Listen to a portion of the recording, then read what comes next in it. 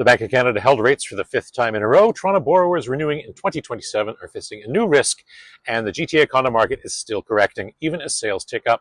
Here's your Mortgage Minute for June 12th. First, the Bank of Canada held its policy rate at 2.25% on Wednesday. Prime rate stays at 4.45%. That was widely expected. What was more notable was what the governor said afterwards. He laid out two scenarios pulling in opposite directions. If U.S. trade restrictions escalate, the bank may need to cut rates to support the economy. But if the Iran conflict keeps energy prices elevated and that inflation spreads into the broader consumer prices, the bank's next move could be consecutive rate hikes. His framing was that monetary policy faces a dilemma. Raising rates to fight inflation could further weaken an already soft economy, while cutting to support growth risks embedding higher inflation. For now, holding balances those risks, but the language around potential hikes is worth noting. The 5-year Government of Canada bond yield, which impacts fixed rates, sits at about 3.055% this morning, down slightly from last week.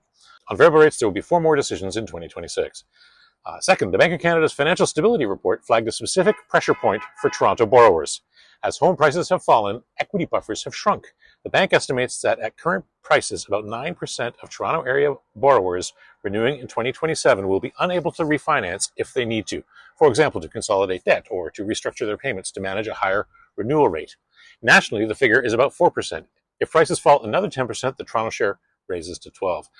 The bank was clear that this is not a problem for borrowers who can simply keep making their payments. They can just renew. But the issue is for those who need flexibility at renewal and may not have enough equity to qualify.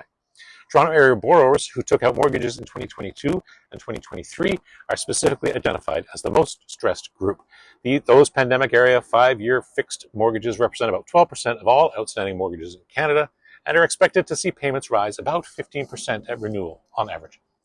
Third, the GTA condo market. Sales were up 4.2% year over year in May, the 4th consecutive month of gains. The headline sounds encouraging. The underlying numbers are more complicated. Prices fell 6.4% across the GTA. In the 905 region, the average condo price dropped 9.5% year over year.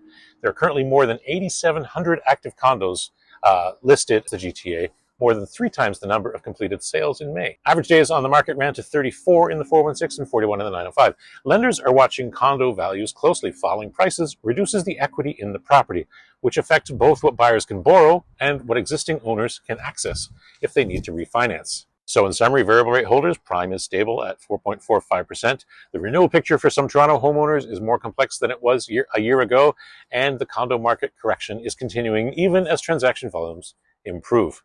If you'd like to discuss how this affects your mortgage or your plans, give me a call or a text 249-480-1249.